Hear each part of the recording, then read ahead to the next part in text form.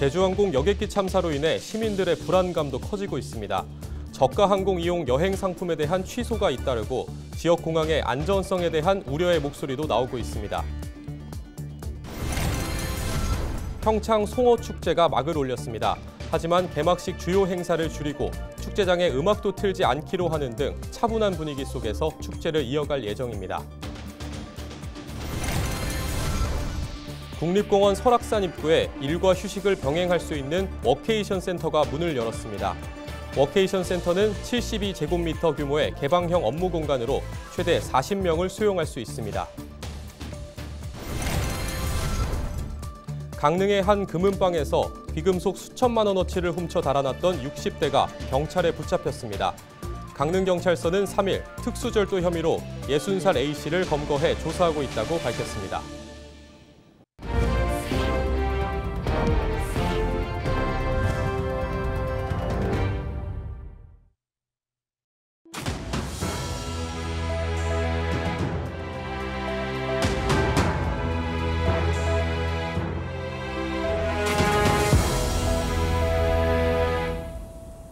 시청자 여러분 안녕하십니까? 헬로티비 뉴스입니다. 제주항공 여객기 참사로 전 국민이 충격에 빠진 가운데 비행기 타기 불안하다는 분들 많이 계십니다.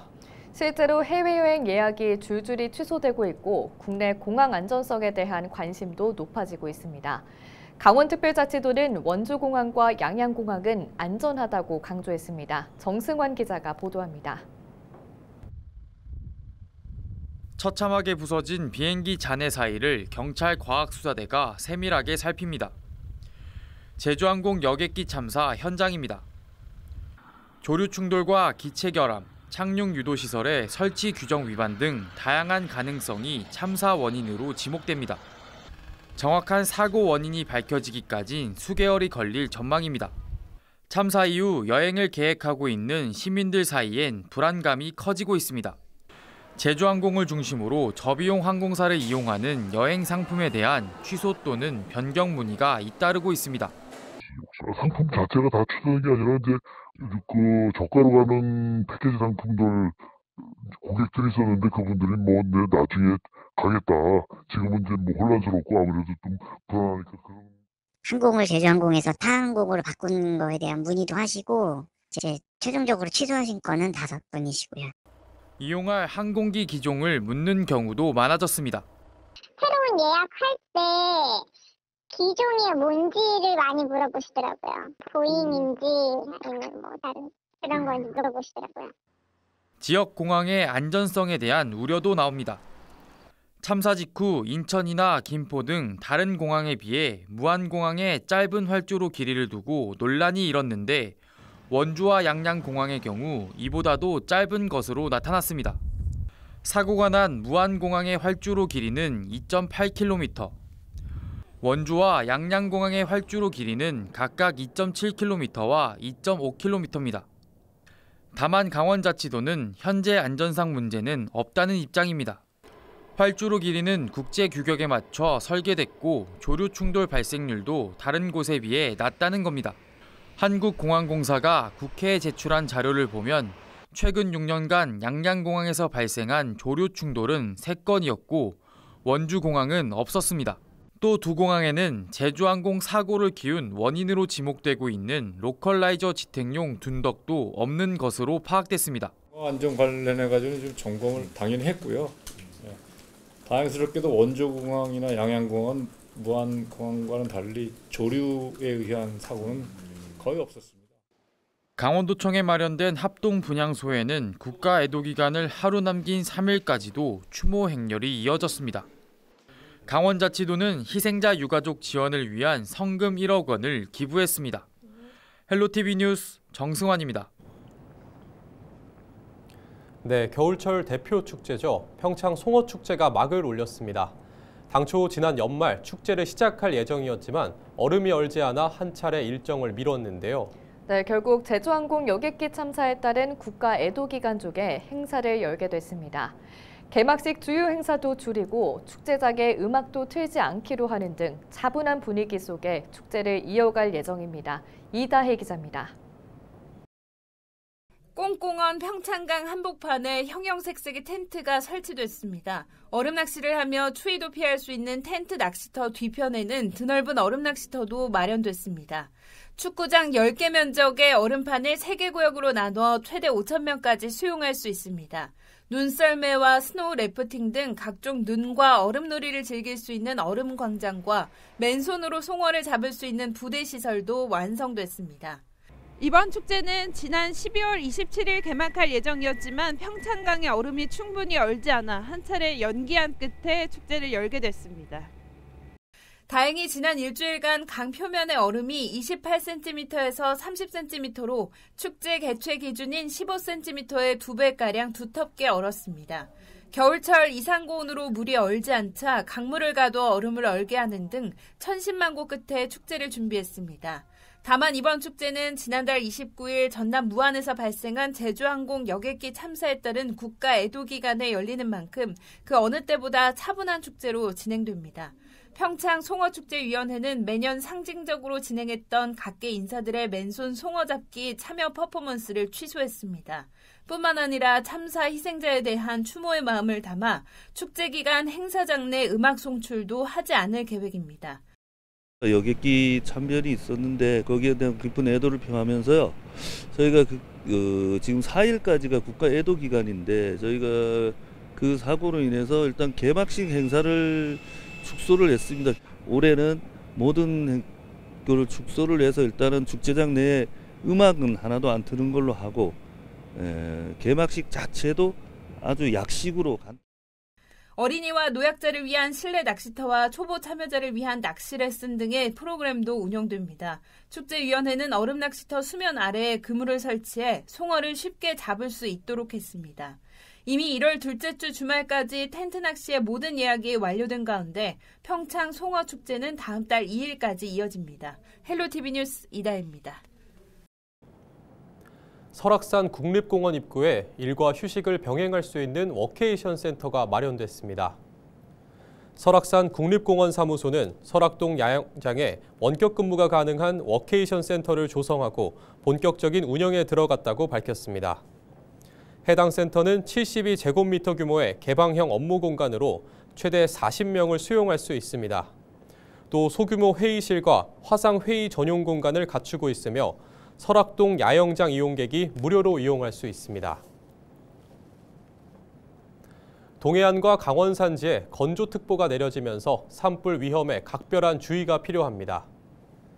강원지방기상청은 3일 동해안과 강원 산지의 시료 습도가 30% 내외로 대기가 매우 건조하고 당분간 바람도 강하게 불 것으로 전망했습니다. 3일 오전 순간 최대 풍속은 미시령이 시속 60.8km, 양양 44.3km, 속초 42.3km 등을 나타냈습니다.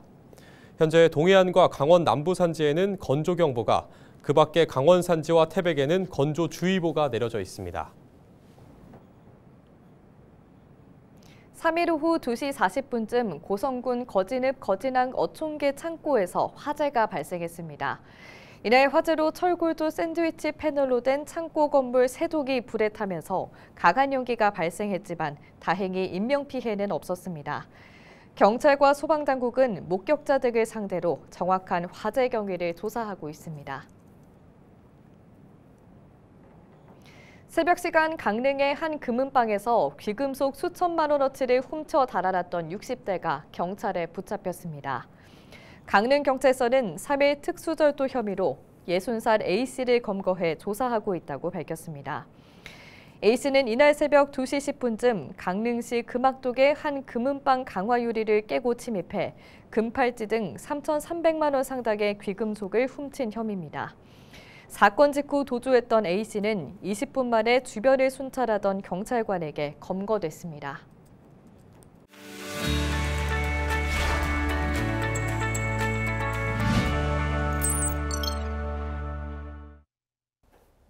우리 지역 국회의원들의 활동 소식을 전해드리는 국회는 지금입니다. 먼저 지난 연말 여객기 추락사고로 전 국민이 애도의 시간을 갖고 있는데요. 하지만 이 기간 동안 우리 지역 국회의원들은 반가운 소식도 전해왔습니다. 먼저 동해, 태백, 삼척, 정선 지역 국민의힘 이철규 국회의원은 동해 동쪽 바다 중앙시장과 정산 고안 구공탄 시장이 2025년 전통시장 및 삼정가 활성화 지원 사업에 최종 선정됐다는 소식을 전해왔습니다. 선정된 두 전통시장에는 2년 동안 최대 10억 원씩을 투입해 지역 상권 활성화 사업을 추진하게 됩니다. 특히 동쪽 바다 중앙시장은요, 동해 어육 자원 활용을 통한 로컬 콘텐츠 체류형 시장 조성을 목표로 특화 상품 개발과 공동 판매장 구축에 나서고, 고안 구공탄 시장은 연탄구이 통합 브랜딩과 구이 축제 고도화 등의 사업을 진행할 예정입니다. 원주 을지역 더불어민주당 송기현 국회의원은요, 22대 총선 1호 법안이었던 소상공인 보호 법안이 국회 본회의를 통과했다는 소식을 전해왔습니다. 이 법안은요, 코로나19와 경제 위기로 어려움을 겪고 있는 자영업자와 소상공인들의 대출금 상환 유예를 주요 골자로 하고 있습니다. 송기현 의원은 법안이 통과됨에 따라 생존을 위해 받았던 대출금 상환이 유예되면서 민생 회복에 도움이 될 것으로 기대하고 있습니다. 연말 특별구부세도 줄줄이 반영됐습니다. 원주 지역 박정아 송기현 국회의원은 행정안전부 특별교부세 28억 원을 확보했다고 전해왔습니다. 이번에 교부받은 특별교부세는 우산철교 리모델링과 지정면 급경사지 개선, 태학교 보수와 방곡 금대 관광열차 기반시설 정비 등에 사용될 예정이라고 합니다. 홍천 횡성 영월 평창 지역 국민의힘 유상범 국회의원도 특별교부세 76억 원을 확보했다는 소식을 전해왔는데요. 지역별로 약 19억 원씩이 배정될 예정입니다. 이번에 배부된 특별교부세는 홍천 내청도교 개축과 횡성 신대리 교량 개축, 영월 주천 공설묘지 조성과 평창 대관령면 시가지 안전보행로 조성 사업 등에 사용될 예정입니다. 속초 인제 고성 양양지역 국민의힘 이양수 국회의원도 특별교부세 60억 원을 확보했다고 전해왔습니다. 속초시 소각시설 선택적 촉매 환원시설 설치 사업과 인제군 서리교 철거공사, 그리고 고성 주강면 방범용 CCTV 설치 사업, 양양 오색마루 인도 교량 설치 사업 등에 사용됩니다. 을사년 새해를 맞아 올해도 우리 지역 국회의원들의 열띤 활약을 기대해 보겠습니다. 지금까지 국회는 지금이었습니다.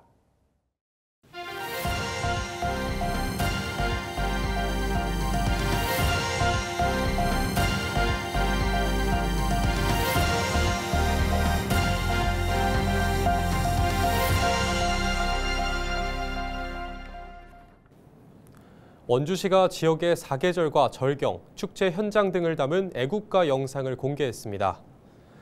애국가 영상은 치악산 일출과 운무를 시작으로 원주 지역의 아름다운 절경을 담은 관광지 등을 담고 있습니다.